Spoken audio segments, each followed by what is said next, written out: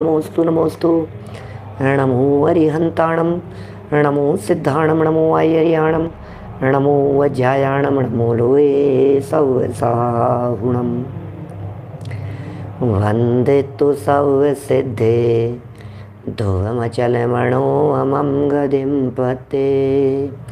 वोचामि समय पाहुड मिणमो सुध केवली भणिदम्। नमः समय साराय स्वानुभूत्या चकासते चित्स्वभावाय भावाय सर्वभावान्तरच्छिदे। जिन स्वानुभूति से खिरी मम स्वानुभूति मधिगिरी। श्री विमल धारा जैन श्रुत आनंद अमृत से भरी। समता प्रवाह बहावती रागादि विकल्प तोड़ी के। माँ सरस्वती प्रतिभाव वंदन दृष्टि निज में जोड़ी के। दृष्टि निज में जोड़ी के। ग्रंथराज समय सार जी यहाँ विराजमान है। श्रीमद् भगवत कुंद कुंदाचार्य देव प्रणीत यह अद्भुत उपकारी रचना हम सबके महाभाग्य से ये रचना हमें उपलब्ध है। आचार्य कुंद कुंद की स्वतंत्रता की घोषणा करने वाली ये वाणी मिल गई महाभाग्य से। देखिए, चर्चा कर रहे हैं आज हम 130 और 131 नंबर गाथा। कार्य कारण के अनुसार होता है, कारण ही कार्य का नियामक होता है, कारण के बिना कार्य नहीं होता। जब भी कोई कार्य संपन्न होता है तो जैसा कारण होगा उसी के अनुसार कार्य होगा। यही व्यवस्थित व्यवस्था है। कारण विपरीत हो तो कार्य भी विपरीत हो जाता है, कारण गड़बड़ हो तो कार्य भी गड़बड़ हो जाता है। ऐसा ही स्वरूप देखा गया है। बड़ा सुंदर व्यवस्थित बात कुंद कुंदाचार्य देव, अमृत चंद्राचार्य देव तर्क संगत रूप से करते हैं, तर्क देते हैं, न्याय प्रस्तुत करते हैं। भैया, जिनके कर्ता होंगे उनके भोक्ता होंगे। तुम पर के कर्ता नहीं हो, इसलिए पर के भोक्ता भी नहीं हो। ये जीव चाहे ज्ञानी हो चाहे अज्ञानी, दोनों ही जीव पर के कर्ता भी नहीं होते और पर के भोक्ता भी नहीं होते। इस तरह किसी भी पर पदार्थ के साथ में इस जीव का कर्ता कर्म संबंध, भोक्ता भोग्य संबंध होता ही नहीं है। चर्चा जो चल रही थी, मैं एक बार मूल गाथाएं बोल लेता हूँ, फिर गाथा बोल करके, पद्यानुवाद बोल करके हम अपने विषय को थोड़ा सा आगे बढ़ाएंगे। पेज नंबर निकाल लीजिए आप अपनी अपनी पुस्तकों में। 210 नंबर का पेज, ऊपर मूल गाथाएं दी है। कर्णय मया भावादो जायन्ते कुंडलादो भावा। अयमया भावादो जह जायन्तो दुकड़यादि। अन्नाणमया भावा अनाणिनो बहुविहा हिवि जायन्तो ते। नाणे सदुनाणमया सवे भावातः होन्ति। स्वर्ण निर्मित कुंडलादि स्वर्णमय ही हो सदा। लोह निर्मित कटक आदि लोहमय ही हो सदा। इस ही तरह अज्ञानियों के भाव हो अज्ञानमय, इस ही तरह सब भाव हो सद्ज्ञानियों के ज्ञानमय, सद्ज्ञानियों के ज्ञानमय। स्वर्ण निर्मित कुंडल आदि स्वर्णमय ही होते हैं, लोह निर्मित कटक आदि सब लोहमय ही होते हैं। गाथाएं कितनी सरल बात कह रही है कि भाई सुनो, मावे की मिठाई मावे की होती है और बेसन की मिठाई बेसन की होती है। अब आपको लगेगा नरेश जी लुवाड़िया साहब, एकदम सुनने पर ऐसा लगेगा आपको ये कैसी बात कर रहे हो, ये कौन सी नई बात कह दी, इसमें ऐसा कहने का क्या है, आपने ऐसा क्या कह दिया। लोहे के लोहे के होंगे, सोने के सोने के होंगे, चांदी के चांदी के होंगे। अरे गजब ही हो गई, चांदी वाले चांदी के होंगे, सोने वाले सोने के होंगे, सोने के होंगे, पीतल वाले पीतल के होंगे। हैं ये बातें कुछ अपने को ऐसे लग रहे हैं बड़ी इतनी सरल बातें, ये बातें समय सार में ऐसी बातें कह रहे हैं कि हाँ जी ऐसी बातें कह रहे हैं, क्योंकि हमें इसका मर्म ख्याल में नहीं है। इसका मर्म तो यह है कि ज्ञानी जीव के ज्ञानमय परिणाम होते हैं। रहस्य तो ये है क्या, अज्ञानी जीव के परिणाम अज्ञानमय होते हैं, ये रहस्य है। ज्ञानी के ज्ञान में परिणाम और अज्ञानी के अज्ञान में परिणाम, बातें सोचने पर ऐसा लगता है इसमें क्या है। ज्ञानी के ज्ञान में होते हैं तो कपड़े की दुकान कपड़े की होती है, तो इसमें क्या हो गया। नींबू की कड़ी नींबू की होती है, गजब हो गया भैया। सीमेंट की दीवार सीमेंट की होती है, इसमें क्या हो गया। आचार्य देव क्या कह रहे हैं, क्या कहना चाहते हैं, कुछ समझ में ही नहीं आ रहा है हमारे को। ये इनमें क्या है, मर्म क्या है इनमें। बोले रहस्य की बात तो यह है कि ज्ञानी जीव प्रत्येक कार्य करते समय चूंकि अपने आप को सदाकाल ज्ञान रूप ही अनुभव करता है, इसलिए उसके जितने भी भाव होते हैं, माने वो सोते हुए भी सो नहीं रहा है, वो ज्ञान रूप परिणमन कर रहा है। ये कहना चाहते हैं, ये कहना चाहते हैं चश्मा पहना, चश्मा पहनते हुए चश्मा नहीं पहन रहा है, ज्ञान रूप परिणमन कर रहा है। बोलते समय बोल नहीं रहा है, ज्ञान रूप परिणमन कर रहा है। नाश्ता करते समय नाश्ता नहीं कर रहा है, ज्ञान रूप परिणमन कर रहा है। प्रेमचंद जी साहब केशव राय पाटन वाले, बोलो अब कौन इन बातों को माने, कौन इन बातों को स्वीकार करे। ज्ञानी के ज्ञान में अज्ञानी के अज्ञान में, ऐसा लगता ही नहीं है कि ये इन बातों के अंदर कुछ गड़बड़ होगी। मैनेजर का काम करेगा, सर्वेंट का काम करेगा, ड्राइवर का काम करेगा, इंजीनियर का काम करेगा, डॉक्टर का काम करेगा,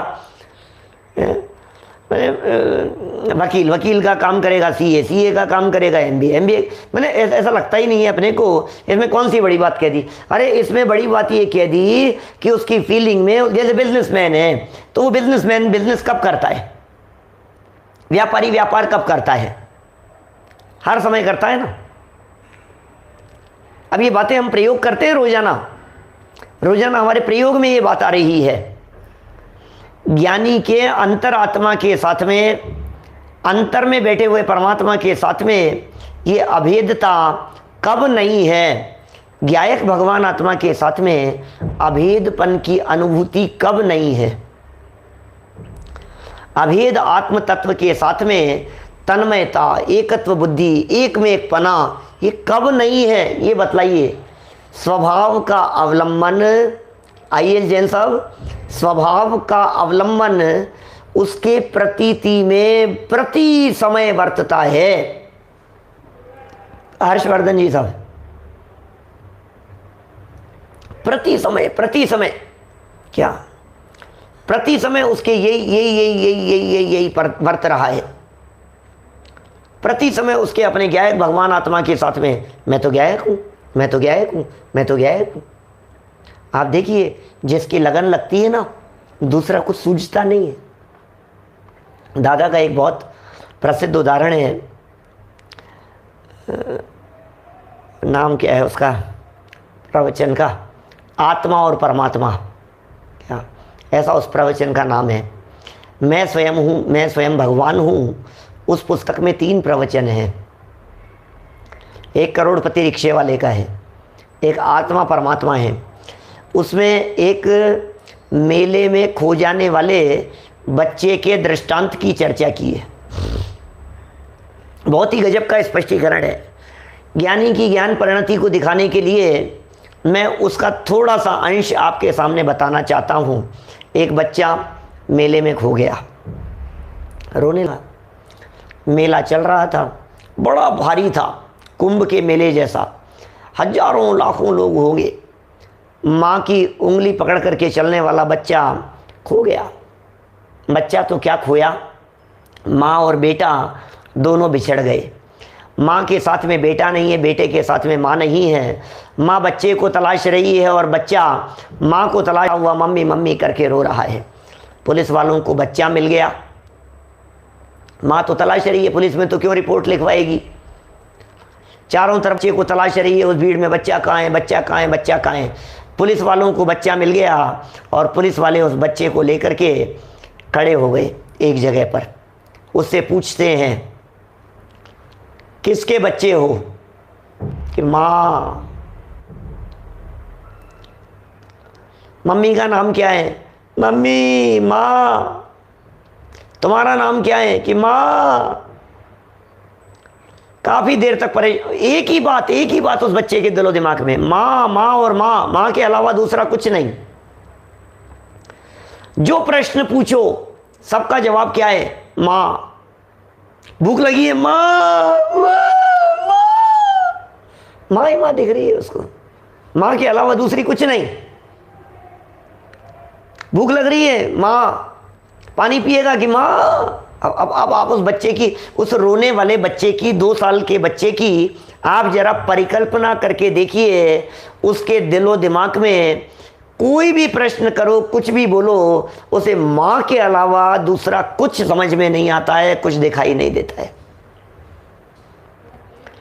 सब जगह पर उसे माँ माँ माँ माँ दिखाई देती है। अब आप समझ रहे हैं। आप पहले सुना होगा, सुन लीजिए सर, आप सब सुना है मैंने भी। जिस तरह से उस बच्चे को माँ के अतिरिक्त और कोई नहीं दिखाई देता है, इसी तरह से ज्ञानी धर्मात्मा को गायक के अलावा कुछ और दिखाई नहीं देता है। जिस देश में, जिस भेष में, जिस हाल में रहे, गायक रहे, गायक रहे, बस गायक ही रहे। जिस देश में रहे, जिस भेष में रहे, बस गायक गायक गायक गायक गायक।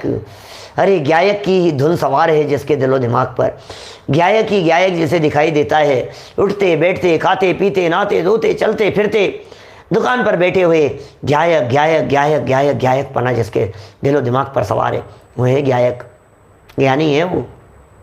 कौन हो तुम? हूँ परमात्मा छू। तुम कौन हो? हूँ गायक छू। तुम कौन छो? गायक हूँ, गायक हूँ, गायक हूँ, गायक हूँ, गायक हूँ। गायक के अलावा कुछ नहीं है। सदा काल उसके दिलो दिमाग में बस गायक गायक गायक ही बना रहता है। क्या ये गायक, ये कैसे गायक की धुन सवार है उसके दिमाग में?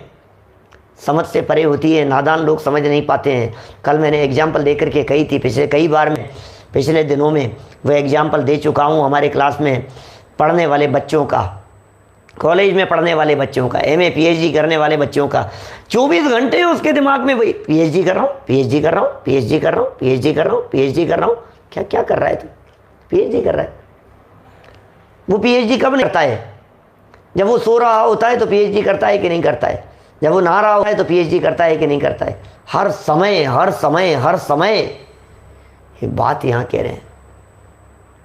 ये बातें कैसी है? ये ऊपर ऊपर से देखने पर ऐसी लगती थी ये क्या बातें। अरे रटन जो है ना, ये रटन का भी सवाल ऐसे कोई जवान पर नहीं आती है। उसके सबकॉन्शियस माइंड में अनवरत रूप से ये बह रही है चीज़ सबकॉन्शियस माइंड में। मैं कहता हूँ गांधी जी साहब, हितेश भाई, मैं आपसे कहता हूँ आप अपना नाम कब भूल जाते हैं और कब याद रखते हैं और कब सोचना पड़ता है? शांतिलाल जी चौधरी साहब, बोलो भीलवाड़ा वाले, कब याद करना पड़ता है अपने को अपना नाम, और कब अपना नाम सोते बेहोशी की हालत में भी नाम पता है या नहीं है, बोल नहीं पा रहे हो, बोल नहीं पा रहे हो, कह नहीं पा रहे हो, लेकिन जिस तरह से इस देह में, इस नाम में एकत्व बुद्धि बैठी हुई है, उसी तरह से ज्ञानी जीव को अंदर बैठे हुए चैतन्य ज्ञायक के साथ में एकत्व बुद्धि बैठी हुई होती है। ऐसा एकत्व ममत्व पना उसका ज्ञायक के साथ में सदा काल चल रहा होता है। देखिए लिख रहे हैं, ये क्या कह रहे हैं, कल अपन ने गाथाएं तो पढ़ ली थी, मैं टीका पढ़ रहा हूँ और टीका पढ़ करके थोड़ा और स्पष्टीकरण करूँगा, थोड़ा आनंद आएगा। देखो क्या कह रहे हैं, 211 नंबर पेज देखिए। जिस प्रकार स्वर्णमय भाव में से स्वर्णमय कुंडल आदि बनते हैं, सोने में से सोने के बनेंगे, चांदी में से कैसे निकलेंगे? ये कोई जादूगर थोड़ी ना है, दिखा रहा है आपको एक पाइप है और उसमें से निकाल रहा है फूल। ये कोई नजर बंद करने वाला जादूगर थोड़ी ना है, दिखा रहा है आपको फूल और उसमें से निकाल करके उड़ा रहा है कबूतर। ये क्या हो रहा है? फूलों के गुलदस्ते में से कौन निकल रहा है? बोले कबूतर उड़ रहे हैं, कबूतर उड़ रहे हैं। ये धोखा है, वो तो सच्चाई नहीं है। फूलों के गुलदस्ते में से फूल निकलेंगे क्या? उसमें से कबूतर कहाँ से निकलेंगे? साहब निकलते हुए देखे हैं हमने कि तुमने जो देखा है वो झूठ देखा है, तुमने जो देखा है वो धोखा था, तुमने जो देखा है वो तुम्हारी नज़रबंदी थी, तुमने जो देखा था वो मायाचार थी, तुमने जो देखा था वो तुम्हें बेवकूफ़ बनाया गया था। सच्चाई तो ये है, हो नहीं सकता ऐसा। लोहा बहुत है मेरे पास में, आप तो सोनार हो, लोहे से सोने के आभूषण बना दो ना। नहीं बनाए जा सकते हैं, लोहे से सोने के आभूषण नहीं बनाए जा सकते, सोने से सोने के आभूषण बनते हैं। बच्चा जानता है इस सिद्धांत को, छोटे छोटे से बच्चे इस रहस्य को समझ सकते हैं। अंदर में उतर जाए मैं कौन हूँ, इस बात का निर्णय हो, तो सारे क्रियाकलाप उसके अनुसार होते हैं, क्योंकि मैं कौन हूँ। सारे क्रियाकलाप उसी के अनुसार होंगे। आप जैसे हो उसके अनुसार क्रियाकलाप होंगे आपके। आप कौन हो? आप मैनेजर हो तो आपका सारा सब मैनेजर जैसा हो। आप विद्वान हो तो आपका पहनावा विद्वानों जैसा होता है। आप ऑफिसर हो तो आपका पहनावा ऑफिसर जैसा होता है। आप लड़की हो तो लड़कियों जैसा पहनावा होता है। आप लेडी हो तो लेडी जैसा पहनावा होता है। आपका क्रियाकलाप भी उसी तरह होते हैं। उठना बैठना चाल डाल भी उसी तरह की हो जाती है। क्या एक ऑफिसर चलता है उसकी चाल अलग तरह की होती है, एक मिनिस्टर चलता है उसकी चाल अलग तरह की होती है, चाल से पता लगता है। एक अधिकारी चलता है उसकी चाल अलग तरह की होती है, एक नौकर चलता है उसकी चाल अलग तरह की होती है। जो अपने आप को जैसा फील करता है वैसा ही होता है भाई साहब, जैसा फील करेंगे। तो ये कह रहे हैं तुम चैतन्य हो, अपने आप को चैतन्य फील करो। ये चैतन्य चेतना के अतिरिक्त दूसरा कोई काम नहीं करता। चेतन चेते चेतना तो चेते चित चैन। क्या चेतन के द्वारा इस चेतन आत्मा चैतन्य गुण और चेतना पर्याय, चेतन के चैतन्य गुण की चेतना ही पर्याय हुआ करती है। तो चेतन के चैतन्य गुण की चेतना पर्याय का भान जिन्हें होता है वे अचेतन जड़ बुद्धि होकर के प्रवर्तन नहीं किया करते। ये सिखा रहे हैं बातें। टीका पढ़ता हूँ। कल मैंने कई एग्जाम्पल आपको दिए थे, आज फिर एक आध नए एग्जाम्पल के आधार पर कुछ नए एंगल से चर्चा करूँगा। प्रकरण पढ़ता हूँ। कल की कुछ बातें आप लोगों को याद है क्या होनी चाहिए? देखो पहले पढ़ें टीका की कुछ पंक्तियाँ, फिर कल की बात भी याद दिलाऊंगा, फिर आज कुछ और नई बात कह करके आपको समझाऊंगा। जिस प्रकार पुद्गल के स्वयं परिणाम स्वभावी होने पर भी, पुद्गल के स्वयं परिणाम स्वभावी होने पर भी 64 नंबर कलश कह रहे हैं यहाँ, यहाँ 64 नंबर कलश दिखाई दे रहा है। पुद्गल के स्वयं परिणाम होने पर भी, पुद्गल के स्वयं परिणमनशील होने पर भी कारण के अनुसार ही कार्य होता है। नहीं साहब, पुद्गल का तो परिणमन स्वतंत्र है, क्या पता मैंने तो अंदर रखा था चांदी, और क्या पता वो यदि कोयला बन जाए तो पुद्गल का परिणमन है भाई साहब, चांदी रखी हुई थी और वो लोहा हो गया, सोना रखा हुआ था वो चांदी हो गया, वो पीतल में कन्वर्ट हो गया, वाइट गोल्ड था, वो वाइट गोल्ड था तो गोल्ड वो वाइट था, लेकिन वो वाइट गोल्ड से वो चांदी हो गया, वो तो वाइट था ना, वो तो चांदी रूप से परिणम गया। अरे भाई ऐसा नहीं होता है, ऐसा नहीं होता है कि नहीं साहब ऐसा हो सकता है साहब, पुद्गल है, पुद्गल रूप से ही परिणमन करता है कि नहीं। सुनो आगे, जिस प्रकार पुद्गल के स्वयं परिणाम स्वभावी होने पर भी, ऐसा होने पर भी कारण के अनुसार ही कार्य होता है। निमित्त कारण भी होंगे, उपादान कारण भी होंगे। या निमित्त कारण की प्रमुखता नहीं है, यहाँ तो उपादान कारण की प्रमुखता से चर्चा की है कि निमित्त कारण की मुख्यता से इसलिए नहीं है क्योंकि निमित्त तो कोई भी हो जाता है कार्य के होने में, लेकिन उपादान के अनुसार ही काम होगा। बनाने वाला कितना भी होशियार क्यों नहीं हो, बनाने वाला कितना भी होशियार क्यों नहीं हो, पीले रंग से नीले रंग का चित्र नहीं बना सकता, कितना भी होशियार क्यों नहीं हो। बहुत होशियार पेंटर है, बहुत होशियार चित्रकार है, कलर उसके पास में पीला है, नीला है, सफ़ेद है, हरा है, ये सब रंग उसके पास में, पीला, नीला, हरा और सफ़ेद। तो जो चित्र बनाया वो चित्र काले रंग का बनेगा कि नहीं? नहीं बन सकता। क्यों? क्योंकि सिद्धांत बतला रहे हैं कारण के अनुसार कार्य होता है, कारण के अनुसार कार्य होता है, कारण के अनुसार कार्य होता है, कारण के अनुसार कार्य होता है। ये बात दिमाग में बैठा लेना, कारण के अनुसार कार्य होता है।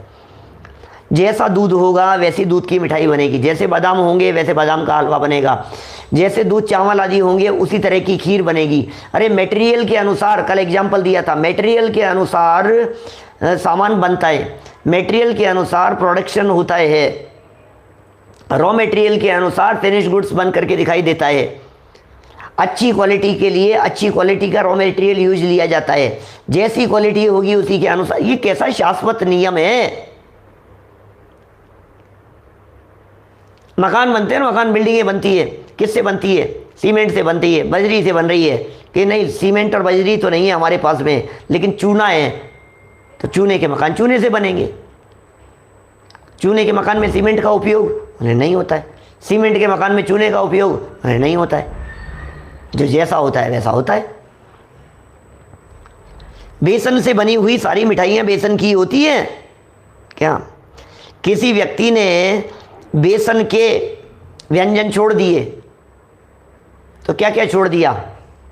अच्छा, बेसन छोड़ दिया, मान लो बेसन छोड़ दिया हमने, तो बेसन छोड़ा है तो वो कड़ी खा सकता है या नहीं?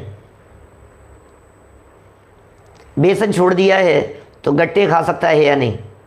बोलो, सोचना जरा। बेसन छोड़ दिया है तो एक मूंग थाल बनता है राजस्थान में, हमारे यहाँ बेसन का, बेसन की चक्की बनती है। बूंदी खा सकता है या नहीं?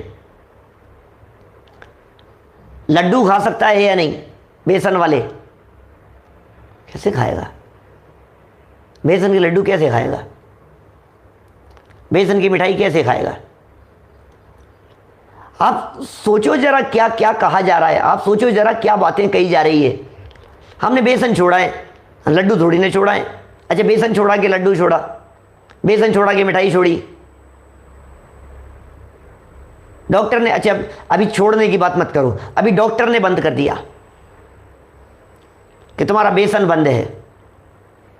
अब वो क्या करेगा?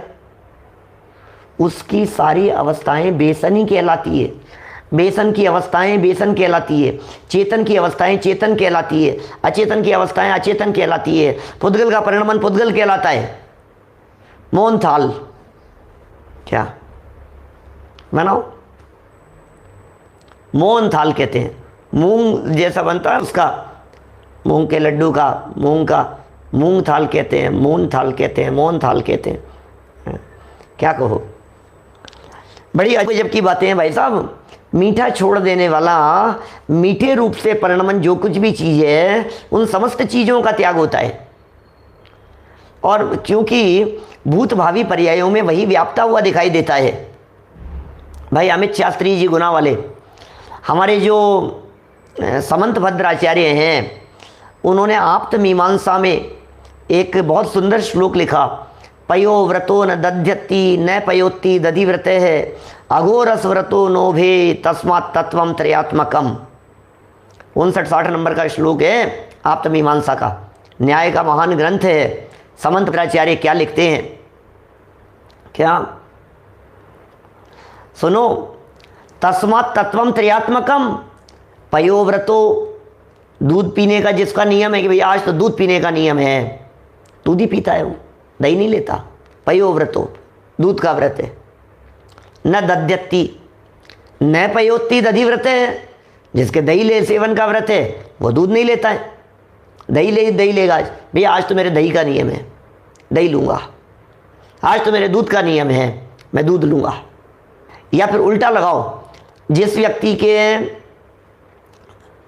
दही का त्याग है वो व्यक्ति दूध लेता है, दूध के त्याग वाला दही ले लेता है। लेकिन जिसने गोरस का त्याग किया है वो दूध और दही दोनों ही नहीं लेता, क्योंकि गोरस में दूध हो चाहे दही हो चाहे छाछ हो, ये सब गोरस कहलाता है। क्या समझ में आ रही है क्या बात है? ये तो नियम संबंधी, अभी हम ये नहीं कह रहे कि आपने दूध और दूध से बनी हुई चीज़ों का त्याग किया है। किसी पर्टिकुलर परिस्थिति में उसको दूध नुकसान करता है, डॉक्टर कभी कभी ऐसा कहते हैं कि आपको दूध नुकसान करता है, आप दही ले सकते हैं, आप दूध नहीं लेंगे। दही जो है वो ठंडक करता है, दही में खटास होती है, आप दही ले सकते हैं, आप दूध नहीं ले सकते। ऐसे ऐसे कभी कभी परिस्थितियाँ बनती है इस तरह की। आप छाछ ले सकते हैं, दूध मत लेना, आप छाछ चल जाएगी, दूध नुकसान करेगा। दूध के कहते हैं आप दूध के साथ में दवाई ले सकते हो, दही छाछ के साथ में नहीं, छाछ के साथ में नहीं ले सकते, आप दूध के साथ में ले सकते हो। तो कभी ऐसी परिस्थितियां बनती है ना। लेकिन जब गोरस की बात कहते हैं तो बोले गोरस में तो दूध और दही और छाछ और सब आता है, सबको गोरस कह करके पुकारा जाता है। देखिए कारण के अनुसार ही कार्य होते हैं, इस नियम के अनुसार, ये नियम है, और इस नियम के अनुसार स्वर्ण पदार्थ से स्वर्ण में ही कुंडल आदि बनते हैं, लोह में कड़ा आदि नहीं बनते सोने जैसे। क्योंकि स्वर्ण जाति का उल्लंघन नहीं करता। अभी जाति का उल्लंघन नहीं करता, कितनी सुंदर बात कह रहे हैं। कोई अपनी जाति का उल्लंघन नहीं करता है।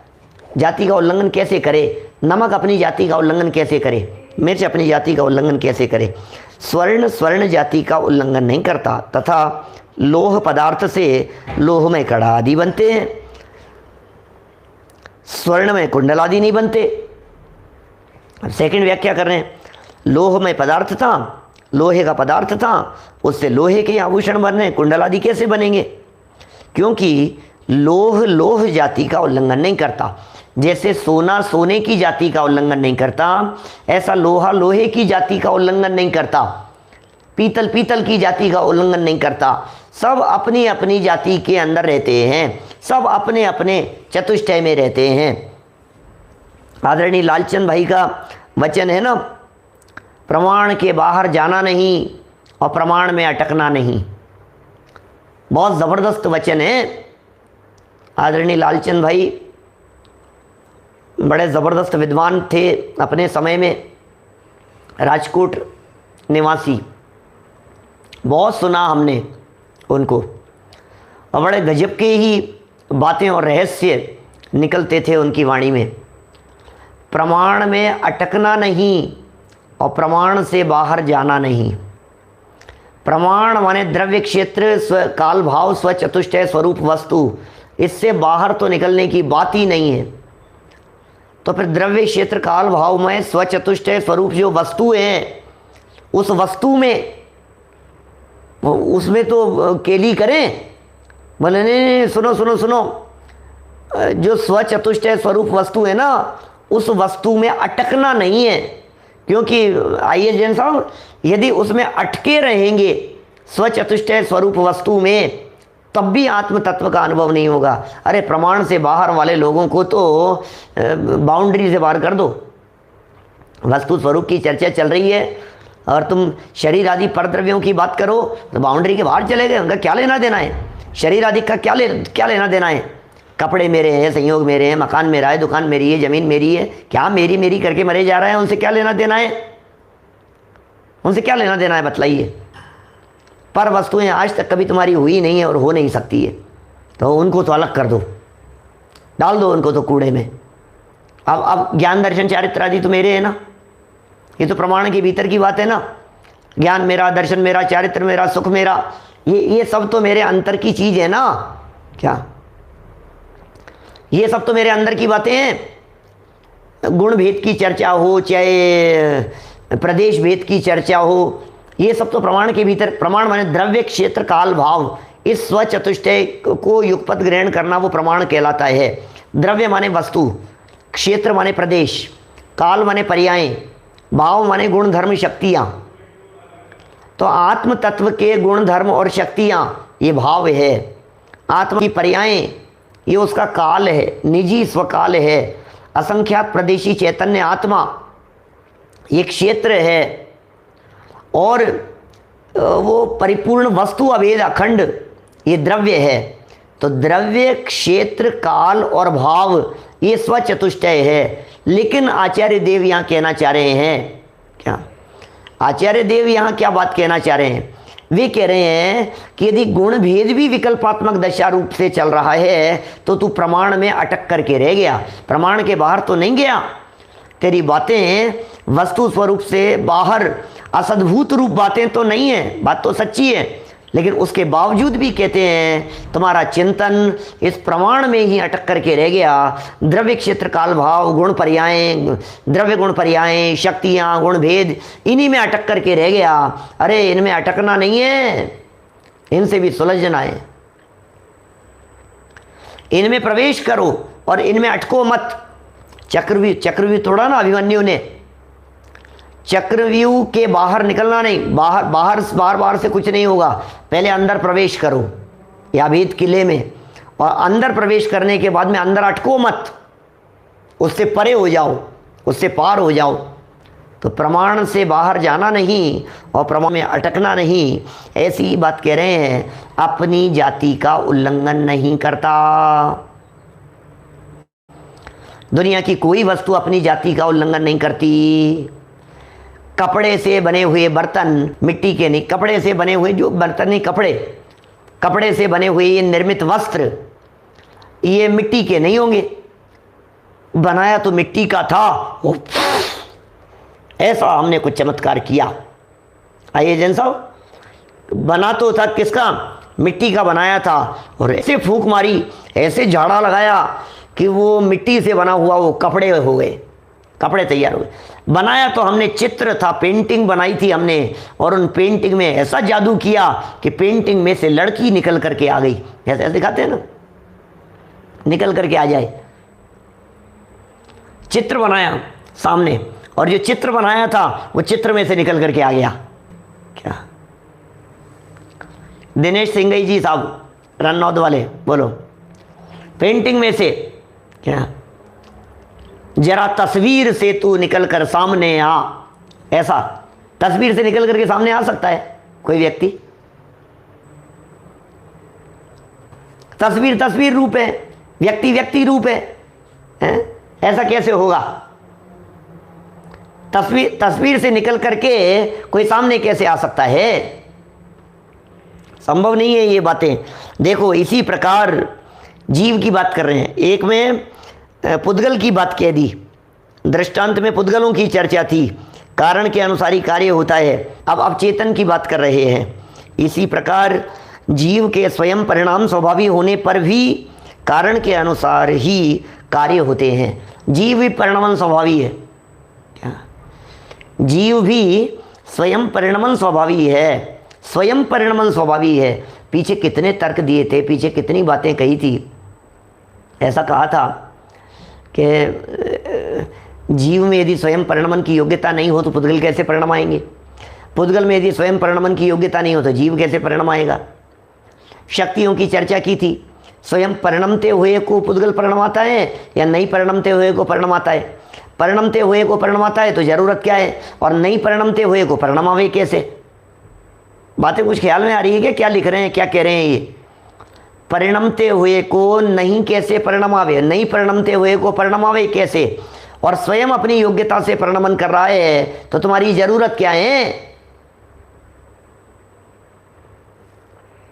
इस प्रकार जीव के स्वयं परिणाम स्वाभाविक होने पर भी कारण के अनुसार ही कार्य होते हैं। इस नियम के अनुसार अज्ञानी के अनेक प्रकार के अज्ञानमय ही भाव होते हैं। अज्ञानी के अनेक प्रकार के अज्ञानमय ही भाव होते हैं, ज्ञानमय भाव नहीं होते। उसके भाव वैसे ही होंगे। मैं सुंदर एक दृष्टांत से आपको बात बतलाना चाहता हूँ, क्योंकि प्रकरण अपना कल परसों 2 दिन चला है ज्ञानी की भूख परिणति के संदर्भ में, कि भूख के काल में भी वो ज्ञानी ही रहता है। अरे साहब, ज्ञानी को ऐसे होते हैं क्या हैं, ज्ञानी को व्यापार बिजनेस कर रहा है, 96 रानियों के साथ में घूम रहा है, ज्ञानी को ऐसे होते हैं क्या, ऐसे भी कोई ज्ञानी होते हैं क्या। जैसे नहीं रही है हमारे को बात। अब सुनो, अब समझ में आएगी, देखना बात। माँ कैसी होती है बतलाओ, माँ है, माँ कैसी होती है कि अच्छा, माँ बच्चे के प्रति प्यार करने वाली होती है कि नहीं, माँ के हृदय में बच्चे के प्रति वात्सल्य है या नहीं, कि हाँ बिल्कुल है, माँ के हृदय में तो बच्चे के प्रति वात्सल्य है। तो हमने एक माँ को बच्चे को डांटते हुए देखा। कमल जी बढ़ जाते साहब, दादर मुंबई। हमने एक माँ को बच्चे को डांटते हुए देखा, पीटते हुए देखा, चांटा लगाते हुए देखा, खींच के चांटा मार रही थी वो बच्चे को। तो हमने देखा कि हमने पूछा कि कौन है ये इस बच्चे को पीट रही है, कौन है ये। तो जवाब मिला कि इसकी माँ है। माँ है, माँ ऐसे पीटती होगी, माँ पीट ही नहीं सकती, माँ बच्चे को कैसे पीटेगी। बच्चे के चांटा मारने वाली माँ हो सकती है या नहीं, बच्चे को डांटने वाली माँ हो सकती है या नहीं है? बच्चे को किसी प्रसंग में कमरे से बाहर धक्का निकाल देने वाली माँ हो सकती है या नहीं। वो मैं आपसे पूछना चाह रहा हूं, ऐसी हो सकती है क्या माँ। बच्चे, माँ तो वो होगी जो बच्चे को खाना खिलाएगी, माँ तो वो होगी जो बच्चे को सुलाएगी, माँ तो वो होगी जो बच्चे को प्यार करेगी। क्या क्या क्या क्या क्या कौन होगी। बच्चे को प्यार करेगी, उसके सर पे हाथ फेरेगी, उससे लाड़ करेगी, उससे प्यार से बोलेगी, उसे भोजन कराएगी, उसको उंगली पकड़ करके चलाएगी, खिलाएगी, सुलाएगी। ये वो होती है माँ। तो डांटने फटकारने में ऐसी कोई माँ, माँ ऐसी, वो बच्चा कहे आप ही बताओ, आप बता रहे थे माँ कैसी होती है, ये कैसी दिखाई दे रही है, ये तो माँ नहीं है। अरे भाई सुन, वो डांटने के काल में भी माँ है, वो पीटने के काल में भी माँ है। क्यों? क्योंकि उसमें भी वात्सल्य छिपा हुआ है। वो डांट रही है तो डांटने के लिए नहीं डांट रही है, वो पीट रही है तो पीटने के लिए नहीं पीट रही है, वो सुधारने के लिए पीट रही है, वो लाइफ बनाने के लिए पीट रही है। बात कुछ समझ में आ रही है क्या, क्या कहना चाह रहे हैं हम। क्या जो बात कही जा रही है वो गले उतर रही है क्या। ऐसी पिटाई, ऐसी माँ कि बेटा तुझे लग रहा है ये तो मेरी माँ नहीं हो सकती, किसी भी सूरत में माँ नहीं हो सकती। कि उन्होंने क्यों पीटा था, उसके दिल में झांक करके देख, अंदर में झांक करके देख। माँ कभी बच्चे का बुरा नहीं चाह सकती है। माँ का दृष्टांत दिया जा रहा है।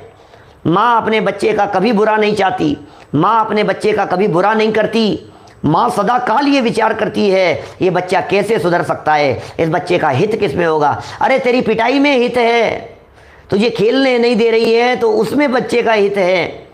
माँ तो हित सोचती है, माँ तो हितकारिणी हुआ करती है। माँ के हृदय में उस पिटाई के काल में भी वात्सल्य बरत रहा है। और किसी बच्चे को यदि इस बात का भरोसा नहीं हो, कोई बच्चा ये कहता हो कि मुझे तो मेरी माँ बहुत पीटती है, बहुत मारती है, बहुत डांटती है, मैं उस बच्चे को फॉर्मूला बतला सकता हूँ एक, माँ के हृदय के वात्सल्य और प्रेम को टटोलने के लिए। मेरे से आकर के मिले ऐसा बच्चा कोई जिसको अपने माँ से इस तरह की शिकायत हो, मैं बतलाऊंगा, आप लोगों के सामने बतला देता हूँ। तुझे लगता है ना तेरी माँ तेरे से प्यार नहीं करती? हाँ हाँ अंकल, बिल्कुल प्यार नहीं करती है। तुझे लगता है ना माँ बहुत डांटती है? कि हाँ हाँ अंकल, बहुत डांटती है। तुझे लगता है ना कि ये तो मेरी माँ ऐसी ही है? तो सुन, अब मैं तुझे एक बात कहता हूँ, आगे से जब कभी तेरे को पीटे ना, चांटा लगा रही हो किसी प्रसंग पर, उस समय एक चांटा पड़ते ही या चांटा पड़ने के पहले ही माँ ऐसे हाथ उठाए और इतने में तो थोड़ा सा चक्कर खा करके नीचे गिर जाना। क्या क्या कहा? 5 साल के बच्चे को कह रहे हैं माँ डांट रही पीट रही है ना तेरे को, जिस समय तेरे को अगली बार माँ डांट रही पीट रही हो, उस समय एक बार तू नाटक करते हुए, एक्टिंग करता है ना, क्या एक्टिंग करते हुए थोड़ा सा चक्कर खा करके गिर जाना, और फिर देखना तेरे माँ के होश उड़ जाते हैं या नहीं। करके देखना जरा। जो माँ तुझे पीटने की सोच रही थी ना, वो तेरे को उठाने लगेगी। क्या हो गया, क्या हो गया बच्चा? अरे बेटा, अरे मेरे बेटा, अरे बच्चा क्या हुआ तुझे? वो पानी क्या हो गया? लेके भागेगी इधर उधर। तू समझता नहीं है कितना प्यार करती है तेरे से। तू समझता नहीं है तेरे कलेजे, उन माँ के कलेजे का टुकड़ा है तू। सोचना एक बार, सारी बात क्लियर हो जाएगी, तेरे को सब बात समझ में आ जाएगी। अरे माँ तो सदाकाल माँ ही होती है। आचार्य देव यहाँ कह रहे हैं ज्ञानी तो सदाकाल ज्ञानी ही होता है। अब जिस तरह से वो अबोध नादान बालक माँ की डांटने रूप प्रवृत्ति को देखकर ऐसा कह रहा है कि ऐसी भी कोई माँ होती है क्या? माँ में तो सिर्फ वात्सल्य दिखना चाहिए, दिखना चाहिए, दिख नहीं रहा है। अब हम कह रहे हैं ज्ञानी के संदर्भ में अबोध अज्ञानी जीव प्रस्तुतिकरण करते हैं। ज्ञानी तो ऐसा होता है, ज्ञानी तो ऐसे चलते हैं, ज्ञानी तो ऐसा बोलते हैं, ज्ञानी तो बिल्कुल वैरागी होते हैं, ज्ञानी तो बिल्कुल त्याग तपस्या संयम, बस बस बस ज्ञानी तो ऐसे होते हैं भाई साहब। ये भोग भोगने वाला ज्ञानी, ये ज्ञानी भी गाड़ी चला सकता है, 4 व्हीलर चला सकता है कि नहीं ज्ञानी? ज्ञानी कैसे चलाएगा? सुन सुन भाई, अंदर में देख, अंदर में देख क्या कह रहे हैं। क्या लोहाड़िया जी अपनी फैक्ट्री के होते हैं दृष्टांत, तो कुछ भी बना लो, कैसा भी निर्मित कर लो। मैं आपसे कहना चाह रहा हूं, अब उस ज्ञानी के अंदर में झांक करके देखो, उसके अभिप्राय में डूब करके देखो, आपको हर क्षण हर पल आपको ये दिखाई देगा कि भोग के काल में भी वो ज्ञानी कैसे हो सकता है। भोग के काल में भी उसके अंतर में विरक्ति की जो धारा बह रही है। अरे भाई ऐसे ही नहीं लिखा दौलत राम जी ने उनके बारे में, ये देवगति के जीवों के बारे में, रमत अनेक सुरनी संग 35 परिणति ते नित हटा हटी। रमत अनेक सुरनी संग, अरे देखो देखो देवांगनाओं के साथ में रमण करता हुआ देख रहा है, देखो देखो भोग भोगता हुआ देख। अरे भाई 35 परिणति थे अंतर में, हटा हटी हटा हटी हटा हटी, हटने का परिणाम चल रहा है, ये दिखाई नहीं देगा। इन चर्म चक्षुओं से देखने पर आपको दिखाई नहीं देगा, इन चमड़े की आंखों से आप देख नहीं पाएंगे उसके अंतरंग परिणति को, ज्ञानी के जीवन में क्या चल रहा है। देखने वाले तो यही कहेंगे ऐसे भी कोई ज्ञानी होते हैं क्या, ऐसे भी ज्ञानी होते हैं क्या? आचार्य कुंद कुंद स्वामी लिख रहे हैं हाँ होते हैं, क्योंकि हमें तो ज्ञानी के स्वभाव ज्ञान में ही दिखाई देते हैं। ज्ञानी की हर परिणति में गायक के साथ में, गायक का साथ छूटा नहीं है। जैसे डांट के काल में भी बच्चे का सुधारना देखा जा रहा है, उसी तरह से ज्ञानी के विषयों के काल में भी, भोजन के काल में भी, भोगासक्ति के काल में भी, युद्ध क्षेत्र के काल में भी, वो ज्ञानी जीव के द्वारा युद्ध क्षेत्र के काल में भी जो ज्ञानी जीव है युद्ध कर रहा है, धनुष तीर बाण तीर चलाते हुए भी अंदर में ये धारा बराबर बह रही है कि हूँ परमात्मा छूँ, बद्धा जीव परमात्मा छे। अरे मैं भी परमात्मा हूँ और जिसके ऊपर तीर चला रहा हूँ वो भी परमात्मा है, उसे वो भी परमात्मा दिखाई दे रहा है। फिर एक परमात्मा दूसरे परमात्मा के ऊपर तीर क्यों चला रहा है? चला रहा है चारित्र मोह की कमजोरी वो जान रहा है, अपनी उस कमजोरी को भी जान रहा है, कमजोरी का उसे भाव वासन भी है। माँ तो माँ होती है, बोलो लगेगा तो ऐसा, क्या ऐसी नहीं हो सकती माँ? लगेगा तो ऐसा मुझे खेलने नहीं दे रही है, लगेगा तो ऐसा मुझे कुछ करने ही नहीं दे रही है, लगेगा तो ऐसा मेरे को बैट नहीं दिलाते, मेरे को बॉल नहीं दिलाते हैं, मेरी बॉल उठा करके रख दी, मेरा बैट छिपा दिया, मेरा ये कर दिया। माँ तो ऐसी भी कोई माँ हो सकती है क्या कि बेटा तेरे एग्ज़ाम चल रहे हैं, बेटा कल सुबह तेरा एग्ज़ाम है, तेरे को पढ़ने के लिए कह रही हैं, तेरी भलाई चाहती हैं, वो ये चाहती है कि तू फेल नहीं हो जाए, वो ये चाहती है कि तू आगे बढ़े। ज्ञानी के अंदर में निरंतर ये चल रहा है मैं कैसे आगे बढ़ूंगा, तो ऐसे आगे बढ़ेगा, लड्डू खा के आगे बढ़ेगा।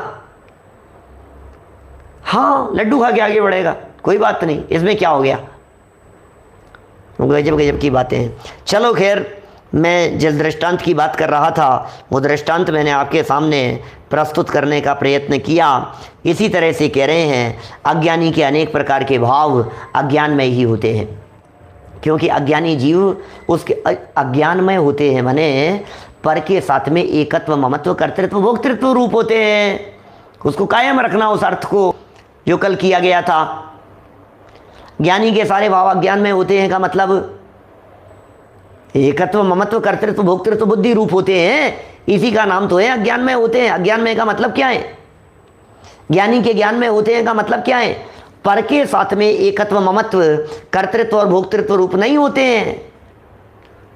पर के साथ में एकत्व रूप नहीं होते, ममत्व रूप नहीं होते, कर्तृत्व रूप नहीं होते, भोक्तृत्व रूप नहीं होते। तो पर के साथ में एकत्व, ममत्व, कर्तृत्व, भोक्तृत्व रूप नहीं होते हैं। तो क्या कैसे होते हैं? अपने अपने ज्ञायक के साथ में एकत्व, ममत्व रूप होते हैं, अपने ज्ञायक के साथ में कर्तृत्व, भोक्तृत्व रूप होते हैं, अपने ज्ञायक के साथ में जुड़े हुए होते हैं। ऐसा अद्भुत है बातें। देखो क्या कह रहे हैं, इसी प्रकार जीव के स्वयं परिणाम स्वभावी होने पर भी कारण के अनुसार ही कार्य होते हैं।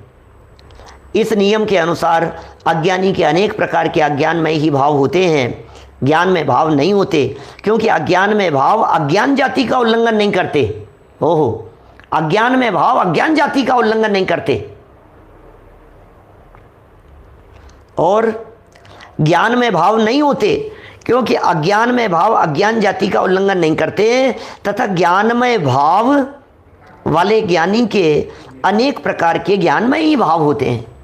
ज्ञान में भाव वाले ज्ञानी के ज्ञान में ही भाव होते हैं। ओहो, अज्ञान में भाव नहीं होते क्योंकि ज्ञान में भाव ज्ञान जाति का उल्लंघन नहीं। कितना सरल है। अज्ञान में भाव अज्ञान जाति का उल्लंघन नहीं करता, ज्ञान में भाव ज्ञान जाति का उल्लंघन नहीं करता। कभी भी वो ज्ञान जाति का उल्लंघन नहीं कर सकता। मैंने ज्ञान से अज्ञान, ज्ञानी कभी अज्ञानी नहीं हो सकता, अज्ञानी कभी ज्ञानी नहीं हो सकता। ऐसा एक इष्टोपदेश में श्लोक दिया पूज्यपाद आचार्य देव ने।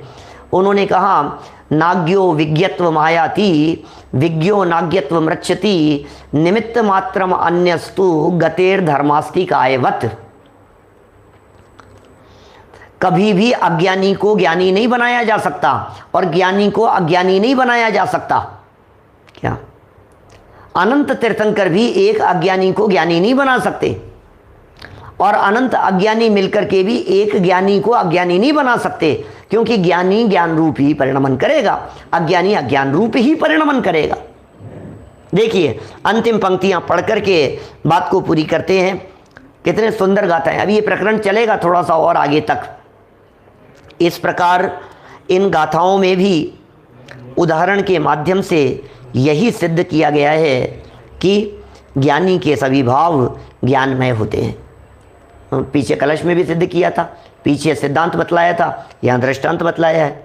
ज्ञानी के सभी भाव ज्ञानमय होते हैं और अज्ञानी के सभी भाव अज्ञान में ही होते हैं। अर्थात ज्ञानी अपने ज्ञानमय भावों का कर्ता भोगता है। ये सार निकल गया। ज्ञान क्रिया ज्ञानी करे, अज्ञानी अज्ञान।